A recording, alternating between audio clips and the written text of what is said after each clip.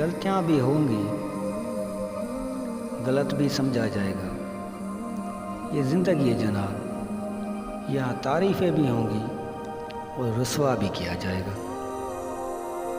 جو والد کی قدر کرتا ہے وہ کبھی غریب نہیں ہوتا، اور جو ماں کی قدر کرتا ہے وہ کبھی بد نصیب نہیں ہوتا۔ اپنے الفاظ کے غلام بننے سے بہتر ہے کہ اپنی خاموشی کے حکمران بن جائیں۔ وہ بے وفائی کرے، آپ وفا کر لو۔ وہ نظر انداز کریں، آپ صبر کر لو۔ وہ تکلیف پہنچائیں، آپ خاموش ہو جاؤ۔ وہ جیسا کریں، آپ ویسا نہ کرو۔ آپ نبھانے والوں میں رہو، دغا بازوں میں نہیں۔ ایک ہوٹل کے باہر ایک بینر لگا ہوا تھا، اور اس کو دیکھ کر کچھ حیرت بھی ہوئی کہ آج کے زمانے میں بھی کچھ ایسے اللہ پاک کے بندے ہیں جو اس طرح سوچتے ہیں اور اس طرح کے کام کرتے ہیں۔ اس بینر پہ کیا لکھا ہوا تھا؟ اس بینر پہ لکھا ہوا تھا کہ اگر کسی شخص کے پاس پیسے نہیں ہیں تو ہمارا اللہ تعالیٰ کے ساتھ کھاتا چلتا ہے، وہ اللہ تعالیٰ کے کھاتے میں سے کھانا کھا سکتا ہے۔ تینوں اوقات بہت سخت ہیں۔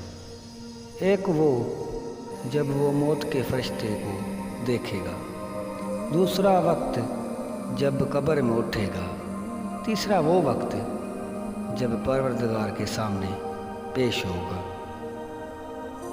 بھائیوں نے حضرت یوسف علیہ السلام کو مارنا چاہا مگر ناکام رہے، باپ کی نگاہوں سے دور کیا مگر محبت اور بڑھتی گئی، غلام بنا کر فروخت کر دیا مگر بادشاہ بن گئے۔ اس لیے لوگوں کی سازشوں اور خفیہ تدبیروں سے تم پریشان نہ ہو۔ اللہ پاک کی تدبیر اور چاہت سب پہ بھاری ہے۔ کریم اتنا ہے کہ ناراض بھی ہو تو بھوکا نہیں رہنے دیتا۔